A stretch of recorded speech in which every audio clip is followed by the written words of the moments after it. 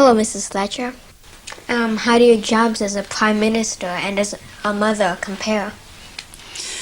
Well, I couldn't really do a job as Prime Minister if my children were young. In this country, it takes quite a long time to get to being a Prime Minister. You see, I first went into Parliament in 1959. So I've been in there, 28 years. And I just don't think I could have concentrated on the greater responsibilities if my children were still young. They have some things in common. Let me make this quite clear.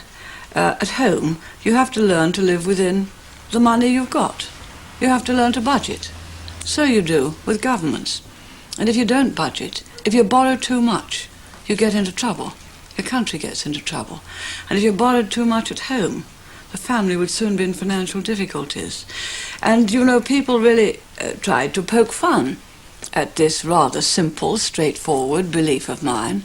They don't poke fun now. We've never got into difficulty with over-borrowing, because I, from the things which I learned at home and in a small business, say, no, you have to spend within your means.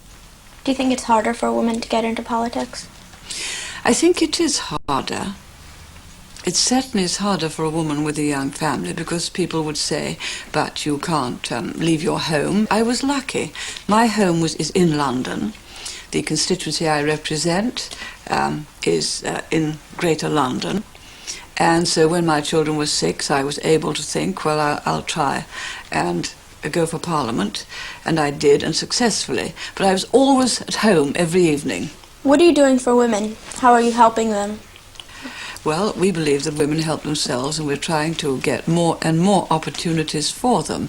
And we have legislation which makes discrimination against women for jobs illegal.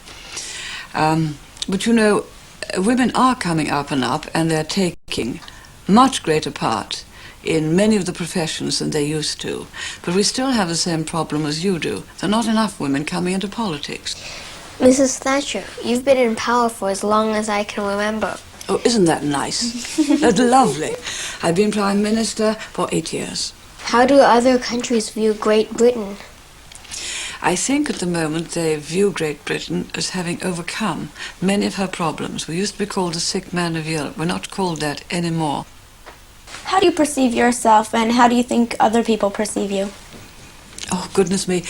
I have really no idea. There are things called images these days. What puzzles me is that sometimes one's image can get so different from the kind of person one is.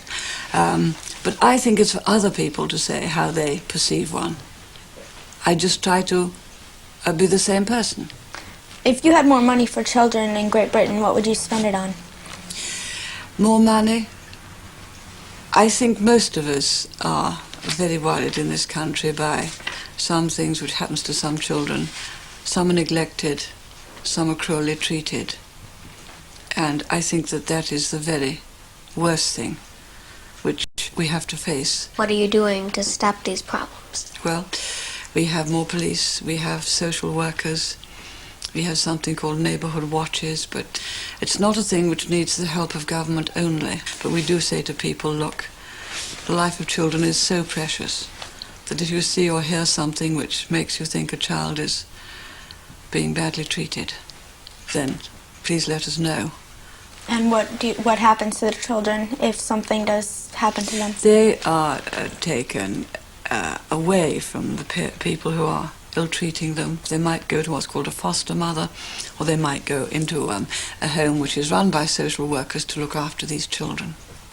What happens to children who are born into poverty?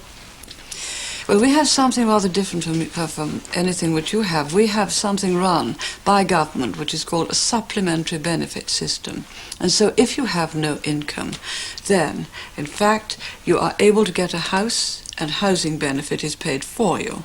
And so everyone gets an income up to a certain level, on condition that they are available to do a job if one should come up.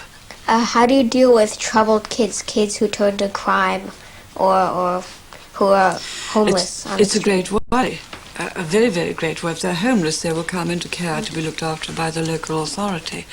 But crime is a great worry because the peak age for criminal offences is the age of 15.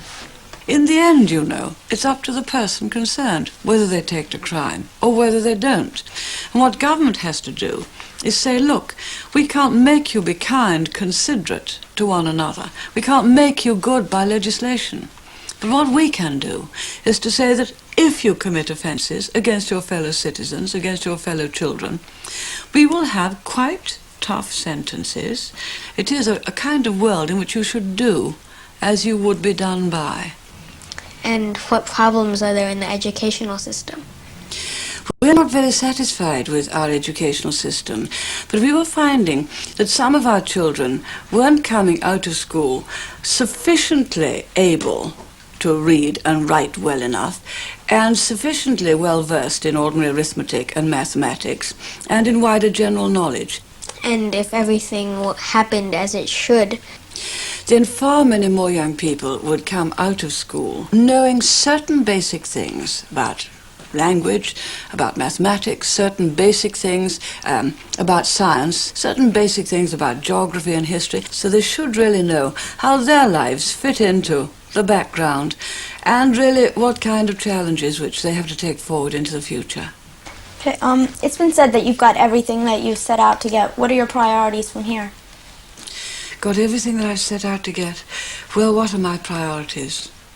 First, a government has to be able to have a sure defence policy, so that one's friends and allies know one's a reliable ally and a trusted friend. Secondly, it is really to give bigger and bigger opportunities to people who haven't had them, and to enable more and more people to become what we would call the people's capitalism.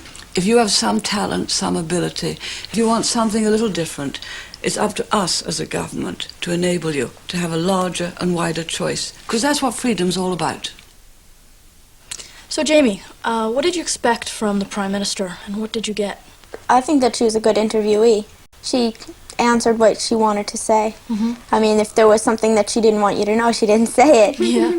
well, I asked her about some kids, if what she would do, what Great Britain does about kids who get into crime. She seemed to not really say too much about that. She seemed to talk more about crime in general. In some ways, maybe she should care more about women's issues. I don't think that she really does. Well, I was trying to find out, since she's been around so long, do people still want her? And Right. she basically pretty much avoided it. She says she cares. I don't know if she does, because it seems like children have about the same problems here that they do there in the United States.